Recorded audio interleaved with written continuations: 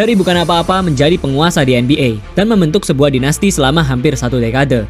Sebuah tim yang diremehkan tiba-tiba mendapatkan pemain nomor 1 di NBA, defender nomor 1 di NBA, all-around player nomor 1 di NBA, dan pelatih mereka adalah ahli strategi terbaik di NBA. Lengkap. Di masa inilah, era kejayaan Chicago Bulls dan Jordan mengubah seluruh generasi baru di dunia menjadi pecinta olahraga basket dan menggunakan baju merah bergambar banteng. Inilah era kejayaan dinasti Chicago Bulls. Semua berawal pada tahun 70 hingga 80-an, di mana Bulls masih dianggap sebelah mata oleh tim-tim besar lainnya di NBA. Wajar saja, karena di tahun-tahun itu, Bulls hampir selalu berada di urutan paling bawah, dan jarang sekali masuk playoffs. Mereka bahkan sempat kalah sebanyak 55 kali di regular season, sehingga tidak ada yang membuat orang tertarik untuk menonton tim basket dari Chicago ini. Mereka lebih tertarik menonton tim futsal Chicago Sting. Namun pada tahun 1984, keajaiban terjadi di Chicago. Saat NBA Draft 1984, Bulls mendapatkan kesempatan draft pick urutan ketiga yang bisa saja pemain yang mereka incar sudah diambil oleh Houston Rockets atau Trail Blazers. Beruntungnya, Hakeem Olajuwon dan Sam Bowie menjadi pilihan pertama dan kedua di NBA Draft 1984, sehingga Jordan jatuh ke tangan Rod Thorn, general manager Bulls pada saat itu. Rod sudah menyukai Jordan sejak melihat Jordan bermain di Universitas Carolina Utara saat memenangkan kejuaraan NCAA. Jordan memiliki keatletisan yang luar biasa. Lompatannya yang sangat tinggi dan hang time-nya membuat dia seperti berjalan di udara. Dia bahkan sudah memiliki signature shoes-nya sendiri saat tahun pertamanya di NBA, Air Jordan 1 yang sangat terkenal hingga hari ini. Jordan juga mengatakan kalau dia akan membawa Chicago Bulls menjadi juara dan dihormati sebagai tim, seperti Lakers, Sixers, dan Celtics. Dan untungnya, NBA Draft dilaksanakan sebelum Olimpiade musim panas 1984 berlangsung. Karena Jordan menjadi pemain yang sangat populer di Amerika setelah ia menunjukkan permainannya dan meraih emas di Olimpiade 1984. Di tahun pertamanya di NBA sebagai rookie, banyak pemain dan pelatih yang meremehkan Jordan karena tingginya hanya 198 cm. Bahkan manajemen Bulls sendiri tampak tidak percaya dengan Jordan. Mereka kira ia setinggi 2,1 meter lebih. Namun saat latihan pertama di Bulls, Jordan menunjukkan sehebat apa dirinya dan semua rekan satu timnya kaget dan mengakui kehebatannya. Di debut pertamanya saat melawan Washington Bullets, Jordan langsung mencetak 16 poin, 6 rebound, 7 assist, 4 blok, dan 2 steal, yang membuat semua orang syok. Dan saat melawan Milwaukee Bucks, musuh bebuyutan Bulls, Jordan mencetak 37 poin di depan Sidney Moncrief dengan rataan 28,2 poin, 5,9 assist, dan 6,5 rebound per game. Di tahun pertamanya, Jordan langsung terpilih menjadi rookie terbaik di tahun 1984. Bulls juga berhasil mendapatkan 11 kemenangan lebih banyak dari musim sebelumnya dan melaju ke babak playoffs. Namun sayangnya di playoffs, Bulls kalah dari Bucks dalam 4 game. Tapi yang terpenting, tahun pertama Jordan bermain di Chicago sangat menolong bagi Bulls yang sedang diambang kebangkrutan. Banyak penonton yang hadir hanya demi menonton bintang baru dari Chicago yang sangat fenomenal. Penonton di Chicago meningkat pesat yang awalnya hanya 7-10 ribu menjadi 15 hingga 18 ribu hanya dalam satu musim. Di tahun 1985, Chicago Bulls kembali ke masa sulitnya. Karena di tahun itu, Michael Jordan mengalami patah tulang pada kakinya dan harus absen selama 64 game. Bulls harus kalah sebanyak 52 kali dalam regular season, yang membuat jalannya sulit di playoffs. Dan di babak playoffs, setelah cedera patah tulang kaki, Jordan kembali dan membuat semua orang takjub dengan kehebatannya. Di game pertama, Jordan mencetak 49 poin. Dan di game kedua, Jordan mencetak 63 poin yang menjadi karir high-nya. Ini orang benar-benar gila. Masih 22 tahun, udah karir high 63 poin, bahkan setelah patah tulang. Namun one man show saja nggak cukup buat ngalahin Boston Celtics yang dipimpin oleh salah satu trio terbaik di NBA, Larry Bird, Robert Parrish, dan Kevin McHale. Jadi Bulls harus kalah telak dari Boston Celtics dalam 3 game. Karena buruknya performa Chicago Bulls di tahun 1985, Jerry Krause memecat Stan Albeck dan menggantinya dengan Doc Collins sebagai head coach Chicago Bulls. Dengan pelatihan Doc Collins, Bulls meningkatkan 10 kali kemenangan lebih banyak dari musim sebelumnya. Dan pada tahun 1986, Chicago Bulls menggunakan strategi one man show dari Jordan dan memasang Charles Oakley sebagai rebounder sekaligus melakukan second chance point saat Jordan gagal mencetak poin. Dengan strategi ini, Jordan berhasil mencetak rataan 37,1 poin per game di regular season dan membawa Bulls sampai ke urutan 8 Eastern Conference. Namun sayangnya hal itu tidak bisa dipraktekkan di babak playoffs, apalagi melawan Boston Celtics, di mana Larry Bird yang pada saat itu lagi di masa prime-nya. Bahkan jump shot mematikannya sampai memiliki julukan tersendiri yang bernama Silent Death, karena masuknya selalu swish. Akhirnya, di tahun 1987, Chicago Bulls kembali merekrut pemain muda, Horace Grant dan Scottie Pippen. Pippen adalah pemain bintang di kalangan mahasiswa. Posisinya guard, namun dia memiliki tinggi 206 cm. Walaupun begitu, dia tetap mendominasi dengan kemampuan dribble dan keatletisannya. Dia juga bisa bermain di posisi apapun saat kuliah, sehingga membuatnya menjadi 5 pemain teratas yang paling diminati oleh banyak tim NBA. Selain pemain, Jerry Krause juga membawa pelatih muda dari Puerto Rico, sekaligus mantan pemain NBA, Phil Jackson, untuk menjadi asisten pelatih Chicago Bulls. Dengan adanya Horace Grant dan Pippen, Bulls berhasil mendapatkan 50 kali kemenangan di regular season dan berhasil masuk ke babak playoffs lagi. Namun kali ini Jordan benar-benar menggila. Di game pertama playoffs melawan Cavs, Jordan langsung mencetak 50 poin dari total 104 poin. Dan di game kedua, Jordan kembali mencetak 55 poin dari 106 poin untuk kemenangan Bulls. Dan akhirnya, Chicago Bulls berhasil mengalahkan Cavs dalam 5 game, yang menjadi kemenangan pertamanya di playoff sejak 1981. Masuk ke semifinal Eastern Conference melawan Detroit Pistons, Bulls benar-benar dihabisi oleh Pistons. Pistons yang saat itu berisi pemain-pemain superstarnya seperti Isaiah Thomas, Bill Laimbeer, dan Rick Mahorn membuat Bulls tidak bisa bermain one-man show dan membuat Jordan kehilangan setengah dari statistiknya saat melawan Cavs. Jordan yang biasanya mencetak 40-50 poin per game hanya mampu mencetak 20-an poin saat melawan Pistons. Apalagi pemain Chicago Bulls lainnya. Mereka bahkan kalah dengan selisih skor 20 poin dan harus gugur dalam 5 game di semifinal. Inilah awal mula rivalitas antara Bulls dan Pistons. Jerry Krause melihat ini sebagai bentuk kemajuan dari pelatihan Doc Collins hingga bisa sampai ke semifinal Eastern Conference. Sehingga dia tidak memecat Collins. Tapi Jerry melakukan sedikit perubahan pada skuad Chicago Bulls.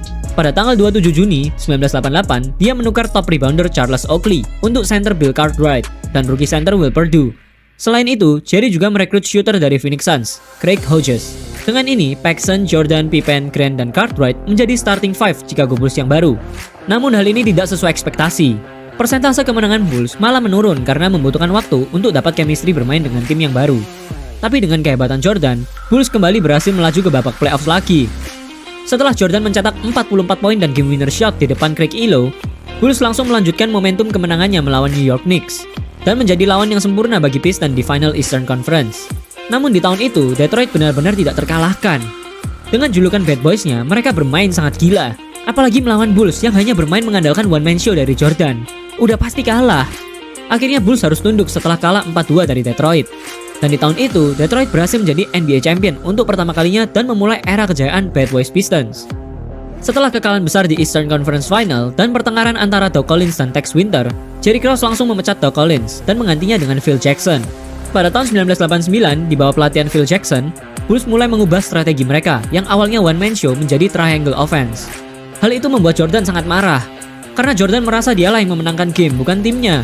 Jadi dia terus bermain one-man show selama beberapa game. Namun setelah Phil Jackson berhasil meredam ego dari Jordan, Chicago Bulls mulai tampil layaknya sebuah tim. Dan nama Scottie Pippen mulai terdengar di NBA dan menjadi ancaman serius bagi tim lain. Pippen yang sebelumnya hanya menjadi bayangan Jordan, sekarang menjadi Scottie Pippen yang sesungguhnya. Dia memiliki rataan 16,5 poin, 6,7 rebound, dan 5,4 assist per game, yang menjadikan dia pemain nomor 2 di Chicago, dan terpilih ke All-Star Game bersama Michael Jordan. Selain Pippen, nama-nama seperti Horace Grant, Bill Cartwright, dan John Paxson juga makin terdengar. Mereka semua meningkatkan statistiknya di tahun 1989. Dan Chicago Bulls berhasil memenangkan 55 pertandingan dan berada di urutan 3 Eastern Conference. Saat di babak playoffs, Bulls kembali menyapu babak 8 besar dan semifinal dan kembali menjadi penantang Bad Boys Pistons di Eastern Conference Final lagi. Kali ini Bulls memiliki kepercayaan diri untuk mengalahkan Pistons dan bisa memaksa Pistons sampai ke game ke-7. Namun di game penentu itu, tepat sebelum bermain, Pippen mengalami migrain yang cukup parah dan memaksakan diri untuk bermain. Bayangin aja, dengan kondisinya yang buruk dan harus melawan Dennis Rodman, permainan Bulls menjadi sangat kacau, dan akhirnya Bulls kalah lagi di final dengan selisih skor 19 poin. Setelah kekalahan besar di Detroit, mereka menyadari kalau kekalahan mereka terletak pada perbedaan fisik yang jauh dari pemain Pistons yang sangat kuat. Pada off-season 1990, tidak ada satupun pemain Bulls yang pergi liburan.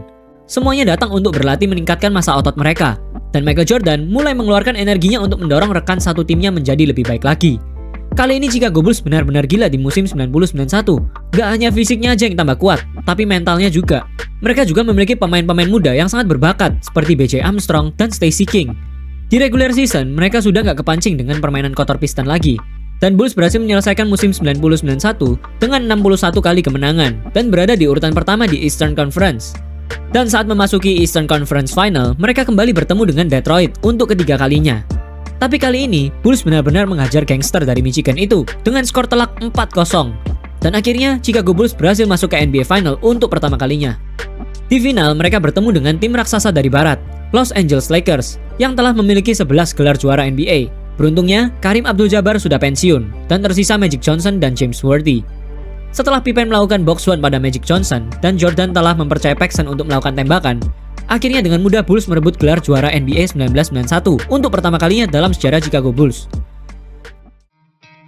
Setelah kemenangan besar itu, Chicago Bulls mengumumkan awal dari dinasti mereka di NBA. Dengan skuad yang tidak banyak berubah dan chemistry tim yang sangat baik, di tahun 1992 mereka kembali melaju ke babak final.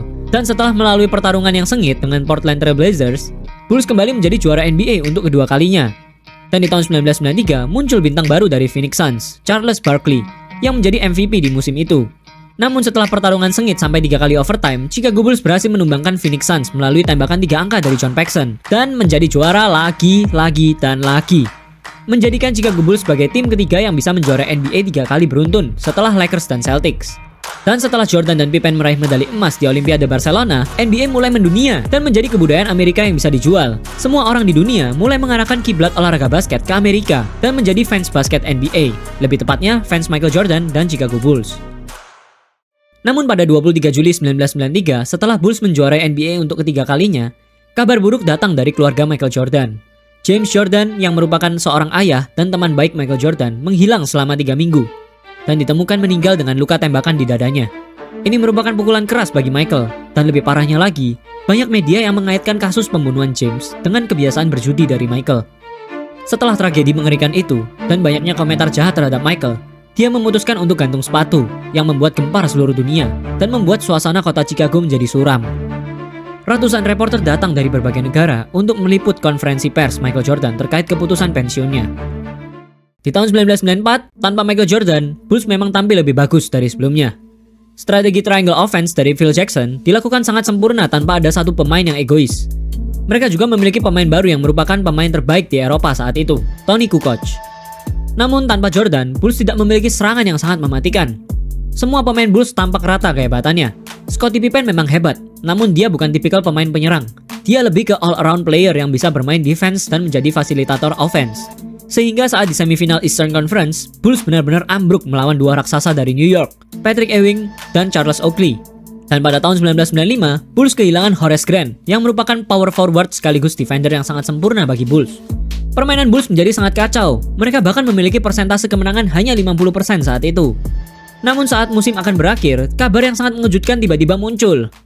Michael Jordan is back. Hal ini membuat semua pemain Bulls tiba-tiba bangun dan memiliki jiwa pemenang lagi. Namun game pertamanya bukanlah game yang bagus bagi Bulls. Mereka harus kalah dari Pacers dan Jordan memiliki field goal yang sangat mengecewakan, 7/28.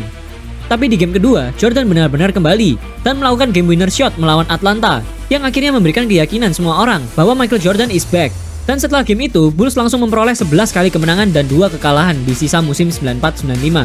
Memasuki babak playoffs, Bulls berhasil melaju ke semifinal Eastern Conference dan melawan Orlando Magic yang saat itu ada Horace Grant dan pemain rising star baru, Shaquille O'Neal. Di game itu, Magic benar-benar membungkam Bulls yang sedang di atas awan dan Horace Grant membuktikan bahwa Jordan bukanlah dewa, dia adalah manusia. Pertandingan berakhir dengan skor 4-2 untuk kemenangan Orlando Magic. Di tahun 1996, Bulls kembali dengan dendam yang belum terselesaikan. Roster pemain Bulls berubah total dibandingkan saat repeat pertamanya. Hanya tersisa Jordan dan Pippen yang masih bertahan. Namun di tahun itu, mereka sangat gila. Dua pemain Bad Boys bergabung, Dennis Rodman dan John Salley. Ada juga Ron Harper dan Steve Kerr. Semua bintang NBA dari tim lain bergabung ke Chicago Bulls dan menjadi super team. Bulls memiliki trio yang paling menakutkan di NBA, Jordan, Pippen, dan Rodman, ditambah serangan mengejutkan dari Kroasia, Toni Kukoc, dan tembakan jitu dari Steve Kerr. Dengan kekompakan ini dan chemistry tim yang sangat bagus, mereka menyelesaikan musim tersebut dengan 72 kemenangan, yang menjadi rekor tertinggi mengalahkan Lakers 69 kemenangan. Saat memasuki babak playoffs, Bulls benar-benar bermain konsisten dan menyapu semua babak dengan mudah. Dan saat di Eastern Conference Final, Orlando Magic habis.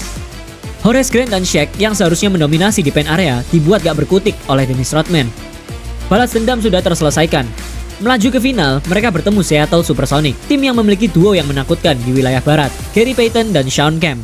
Namun para pemain Chicago adalah the best of the best player in NBA. Akhirnya Bulls merebut kembali tahtanya di tahun 1996 dan melanjutkan dinasti mereka 3 tahun yang lalu. Di tahun berikutnya, Bulls gak banyak berubah. Mereka masih bermain dengan semangat yang sama. Mereka bahkan kembali menjadi nomor 1 di wilayah timur dan memiliki kemenangan yang sama dengan rekor Los Angeles Lakers, 69 kali kemenangan. Dan dengan mudahnya, mereka langsung menghabisi babak playoffs dan melaju ke NBA Final lagi. Di final, mereka bertemu dengan Utah Jazz. Dan MVP pada saat itu adalah Karl Malone yang menjadi pemimpin Utah Jazz bersama John Stockton. Namun Bulls tidak peduli. karena mereka punya Dennis Rodman yang akan menggantikan Karl Malone. Tapi ternyata tidak semudah perkiraan mereka.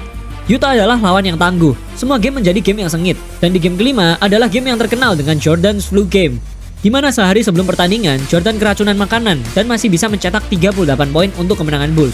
Dan setelah Steve Kerr berhasil mencetak tembakan kemenangan di game ke-6, Bulls kembali menjadi juara untuk kelima kalinya. Namun di tahun berikutnya, 1998, Coach Phil Jackson bersih tegang dengan Jerry Krause dan akan menjadi tahun terakhir bagi Phil Jackson di Chicago, sehingga dia membuat tema untuk tim Chicago Bulls 1998 dengan nama The Last Dance. Karena setelah tahun ini, mayoritas pemain Bulls akan meninggalkan Chicago dan menjadi tahun terakhir bagi dinasti Chicago Bulls.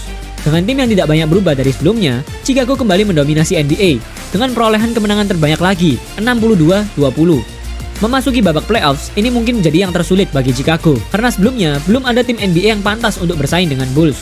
Di Eastern Conference Final, mereka bertemu dengan Indiana Pacers yang pada saat itu Reggie Miller lagi jago banget, Davis bersaudara, dan pelatih mereka adalah Larry Bird. Pertandingan Bulls dan Pacers berlangsung sangat sengit sampai ke game ke-7. Di game penentu, semua tinggal pertarungan mental karena dua tim itu sama-sama tangguh, tapi siapa yang lebih ingin menang, dia yang akan mendapatkannya. Dan lagi-lagi, Steve Kerr dengan tembakan krusialnya berhasil mematahkan momentum dari Pacers sehingga semuanya berubah. Momentum dipegang Bulls dan mereka berhasil melebarkan selisih kemenangan menjadi 88-83. Dan untuk ke-6 kalinya, Bulls melaju ke NBA Final. Utah memiliki ekspektasi yang sangat tinggi setelah melihat Bulls kesusahan saat melawan Pacers. Mereka yakin kalau inilah tahun bagi mereka untuk juara. Dan benar, di game pertama, Karl Malone dan John Stockton bermain sangat baik dan berhasil memenangkan game itu di babak overtime. Namun setelah itu, inilah yang terjadi.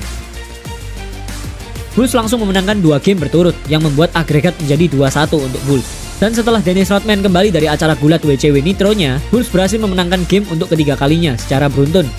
Namun sayangnya Bulls gagal menyelesaikan last dance-nya di United Arena. Jazz berhasil bertahan lebih lama di final dan memaksa Bulls untuk lanjut ke game ke-6 di Utah. Dari awal pertandingan berlangsung sangat sengit. Scottie Pippen yang saat itu tiba-tiba cedera membuat Bulls kesulitan saat menyerang dan bertahan. Setelah kuarter 2 selesai, Pippen tiba-tiba kembali dan membuat Dennis Rodman bermain seperti saat dia di Detroit Pistons. Bener-bener jadi bad boy. Dan saat tersisa 1 menit, Utah memimpin 3 poin. Dan Jordan benar-benar menunjukkan kehebatannya di waktu yang tepat. Dia melakukan layup di tengah penjagaan yang ketat dan membuat selisih skor tersisa 1 poin. Dan saat Jazz melakukan turnover di last ball possession-nya, inilah yang terjadi. Michael Jordan melakukan game winner yang merupakan tembakan kemenangan bagi Chicago Bulls dan menjadi salah satu game winner yang paling ikonik dalam sejarah NBA. Squad Last Dance pun akhirnya ditutup dengan kemenangan yang sangat manis dengan total 6 kemenangan dan 2 kali tripit yang menjadi sejarah bagi Chicago Bulls. Setelah game itu, Phil Jackson resmi meninggalkan Bulls dan melanjutkan kemenangannya bersama Los Angeles Lakers.